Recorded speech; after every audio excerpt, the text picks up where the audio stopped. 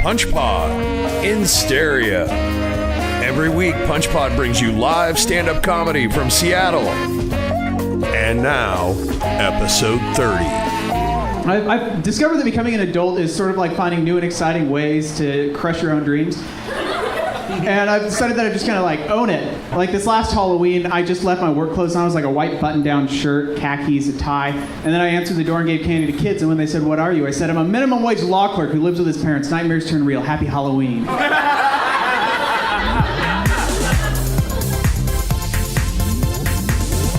My wife really is one of the most racially sensitive people I know because she's studying social work.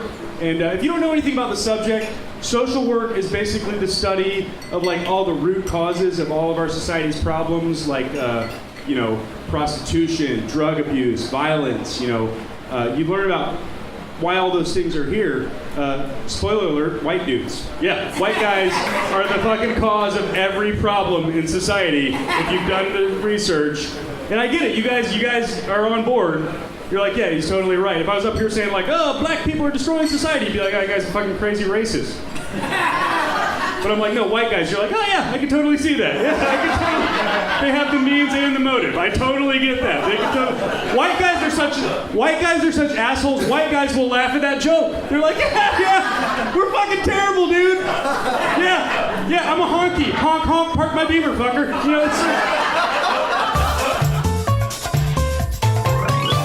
I get really worried when I come to a place like this where they sell where they sell alcoholic drinks, because I've never had an alcoholic drink in my entire life. Well, it's not that I'm some goody two shoes. You see, I just am scared. So scared. You see, I had my penis removed when I was stone cold sober. Imagine what I could do if I were drunk. Probably have my ex-wife's balls removed. The other day I saw a crack addict firing up his crack cocaine rock in a soup spoon. And I thought, oh, how fancy. I bet he used the salad fork to stab people. You learn a lot of things when you go to jail. Like you learn in jail, they don't let you wear your own underwear. You just have to blindly reach into a giant vat of underwear and hope you pull out one that's not from the boys' department. Yeah, I didn't succeed on that one, so I ended up in a pair of jail underwear that had so much bleach on it that it gave you a rash, and then every time I used the bathroom and pulled them down, it ripped out leg hair. That sucked. You know what? You've probably met a lot of homeless people and they don't make a lot of sense to you. That's because they're way smarter than you are. They've got all that free time to do some research. They sleep at the library. It's pretty obvious.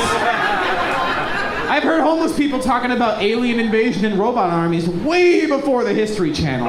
So, we're on this. All right, I probably shouldn't say this.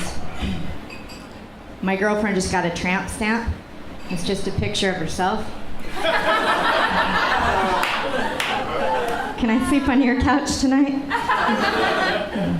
No, but she said that way when we make love, at least she'll know I'm looking at her. Everyone's now trying to figure out if that joke works for a lesbian. It's not traditional, but it can.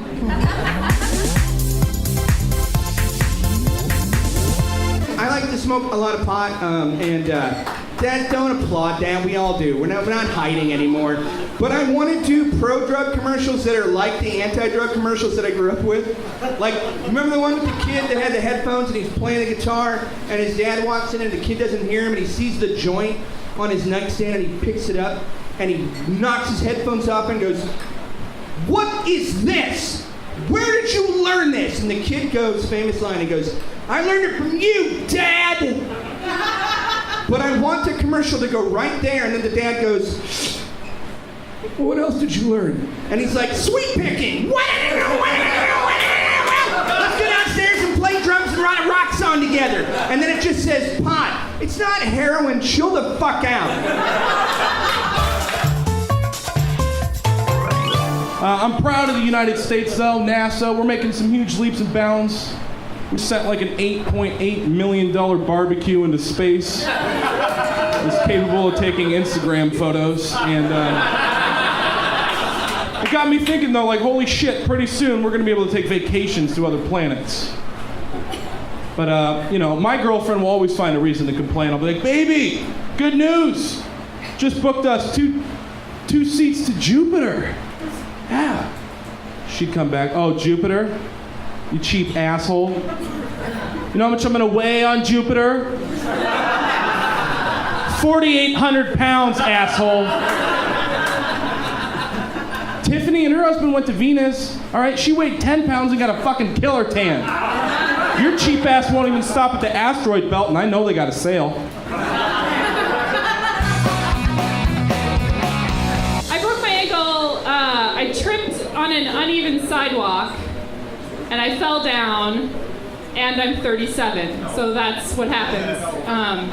Which sucks because I live in Belltown, and I see stupid whores in halter tops and high heels fucking eat shit all over the place, and they just get right back up. Every fucking time. OJ is a funny guy. That's why I bring him up, you know? He's a funny guy. He wrote a book. Do you guys remember the book he wrote? Yeah. It's called If I Did It. That's what it was called. I wrote a book in response called Nigga Please. It's a bestseller. Yeah, man. He shouldn't have did that. We can all agree that he shouldn't have did that. What he should have did was married Britney Spears and then killed her and then wrote a book about that called Oops, I Did It Again. That would have been a phenomenal book.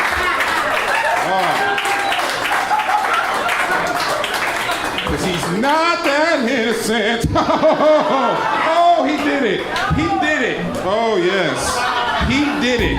Punch Pod is recorded live at Punchline Fridays and Tuesdays in Seattle. Tonight's episode starred Andy Palmer, Brett Hamill, Barbara Sayre, Landon Whitbread, Jason Goad, Peter Williams, Abby Drake, Derek Sheen, Cameron Mazuka, Rosalie Gale, and Anthony Robinson. This has been Punch Pod. Find more at www.punchlinefridays.com. And thanks for listening. I'm your announcer, Penny Slots.